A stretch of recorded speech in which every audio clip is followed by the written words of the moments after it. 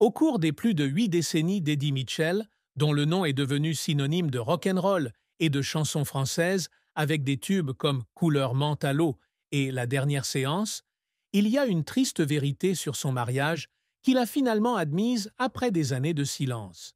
Les difficultés et la distance dans sa relation avec sa première femme, Françoise Lavie, n'ont pas toujours été l'histoire d'amour romantique que le public pensait autrefois.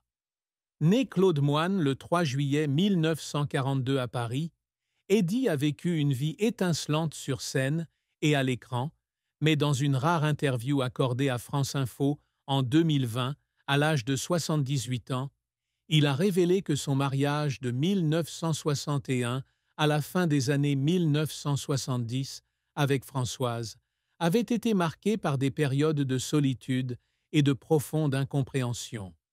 Je l'aimais, mais j'étais trop jeune, trop absorbé par la musique, et je ne savais pas comment être un bon mari, dit-il, la voix basse, les yeux remplis de regrets, en se remémorant ces jours-là.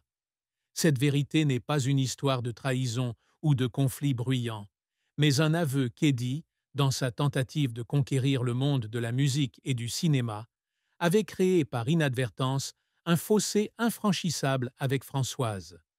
Ils se sont rencontrés à la fin des années 1950, alors qu'Eddie était un jeune passionné de 18 ans se produisant avec le groupe Les Chaussettes Noires dans les clubs parisiens.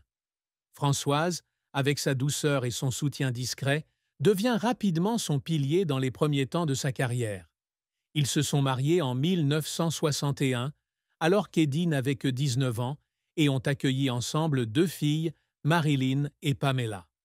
Le mariage a été présenté dans la presse de l'époque comme une histoire d'amour entre une jeune star et une simple Parisienne.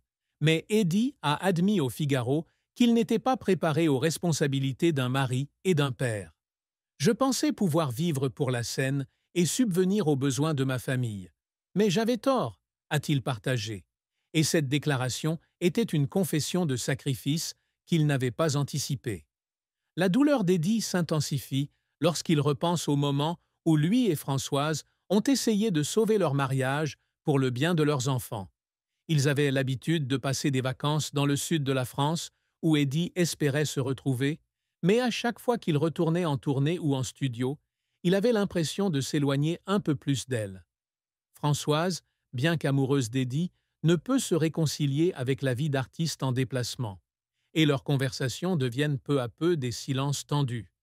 Lorsqu'ils ont divorcé à la fin des années 1970, Eddie a insisté sur le fait qu'ils se respectaient toujours, mais il a admis à Paris Match qu'il avait passé des nuits blanches à se reprocher de ne pas en avoir fait assez pour la garder. « J'ai chanté l'amour, mais je ne savais pas comment le vivre », a-t-il dit, et cette tristesse est restée une mélodie tranquille dans son cœur, même s'il a trouvé un nouveau bonheur avec sa seconde épouse, Muriel Bailleul. La plus grande tristesse dans la vie d'Eddie Mitchell n'était pas seulement les difficultés de son mariage, mais aussi la perte de son ami proche et partenaire musical, Johnny Hallyday, décédé en 2017 d'un cancer du poumon à l'âge de 74 ans. En tant que l'un des amis les plus proches d'Eddie, Johnny n'était pas seulement un collègue, mais aussi une partie inséparable de son parcours musical et de sa vie. « Johnny était mon frère, celui qui me comprenait le mieux », a partagé Eddie dans son autobiographie de 2018 « Il faut rentrer maintenant », un ton rempli de douleur mêlée d'affection profonde. Le décès de Johnny a laissé un vide incompressible chez Eddie, une douleur qu'il a décrite comme « perdre la moitié de moi-même ». Cette tristesse vient de la relation particulière entre les deux, née au début du mouvement rock'n'roll français dans les années 60. Eddie et Johnny ont joué ensemble, ont partagé le rêve de faire découvrir la musique américaine au public français et se sont soutenus mutuellement dans les moments difficiles. Elles ont partagé la scène de l'Olympia, fait des tournées en Europe ensemble, et sont même apparues dans des films comme Les Parisiennes. Alors que Johnny était confronté à des problèmes personnels, allant de mariage brisé à une santé défaillante, Eddie était toujours là, qu'il s'agisse d'un simple appel téléphonique ou de rendez-vous tranquilles autour d'un café à Paris. Nous n'avions pas besoin de nous dire grand-chose, il suffisait de se regarder, a déclaré Eddie à RTL, les yeux brillants de fierté mêlés de douleur. Cette perte a été d'autant plus poignante qu'Eddie n'a pas pu être aux côtés de Johnny dans ces derniers jours. Lorsque Johnny a été hospitalisé en novembre 2017, Eddie tournait un film aux États-Unis et, malgré ses tentatives de retour, il n'a pu arriver à Paris qu'après le décès de Johnny. « Je n'ai pas pu lui dire au revoir », a-t-il admis au Monde, la voix tremblante, en se remémorant le moment où il a reçu la nouvelle.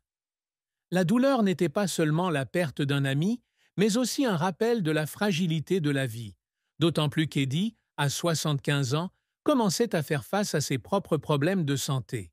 Il a écrit la chanson « Un petit peu d'amour », sortie en 2018, en hommage à Johnny, mais il admet que rien ne pourra combler le vide laissé par son ami.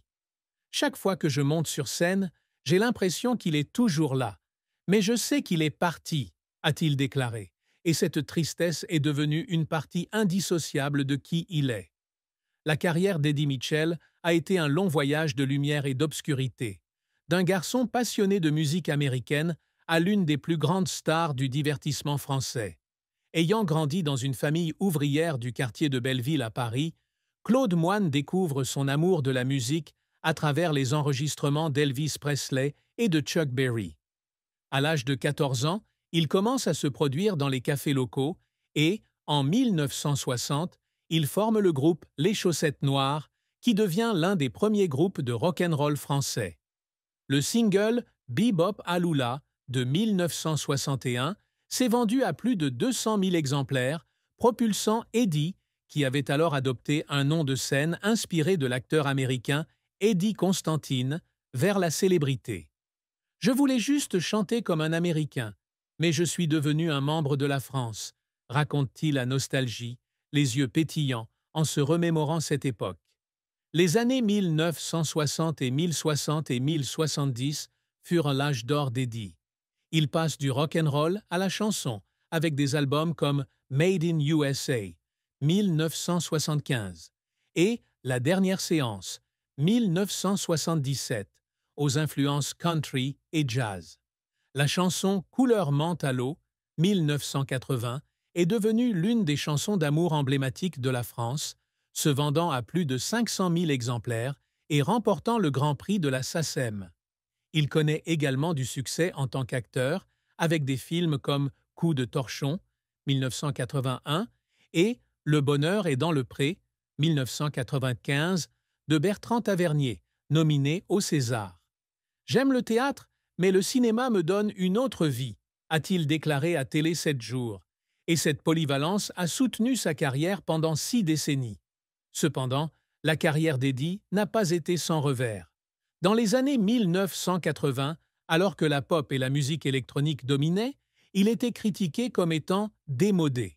L'album Happy Birthday, 1980, ne se vend pas aussi bien que prévu et il est critiqué pour sa dépendance excessive à la musique américaine. « On dit que je ne suis pas vraiment français, mais je chante simplement ce que j'aime », a-t-il déclaré aux Parisiens. Un autre échec fut lorsqu'il s'essaya à la réalisation avec le projet Cuisine américaine, 1998. Mais le film ne fut pas bien accueilli par le public. « Je pensais pouvoir tout faire, mais j'avais tort », a-t-il déclaré à Pure People. Et cette humilité montre un Eddie qui apprend toujours de ses erreurs. Il y a eu des moments où Eddie a pleuré à cause de ses efforts. Un jour, lors d'une représentation à l'Olympia en 1976, il apprit que son père, Robert Moine, avait été victime d'un accident de la route et qu'il était dans un état critique. Eddie est quand même monté sur scène, a chanté « Sur la route de Memphis » et quand le public s'est levé et a applaudi, il n'a pas pu retenir ses larmes. « J'ai chanté pour faire savoir à mon père que j'étais encore fort », a-t-il confié à France Info. Une autre fois, alors qu'il donnait un concert de charité en 2010 pour soutenir les enfants pauvres, il a pleuré en lisant une lettre d'une jeune membre du public, le remerciant de lui avoir donné de l'espoir. « J'ai réalisé que ma musique n'était pas seulement une mélodie, mais une façon de toucher le cœur », a-t-il déclaré. La vie d'Eddie Mitchell a connu de nombreux défis difficiles, de ses jours de pauvreté aux pressions de la célébrité. Enfant, il grandit dans une famille modeste, où son père travaille au Crédit Lyonnais et sa mère, Suzanne, est couturière. Il y avait des jours où on n'avait que de la soupe et du pain, raconte-t-il à la dernière heure.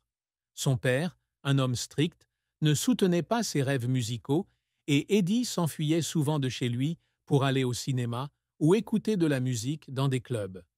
J'aimais mon père, mais j'ai dû me battre pour être moi-même, a-t-il confié à Téléstar, et ce souvenir a façonné un Eddie résilient mais vulnérable.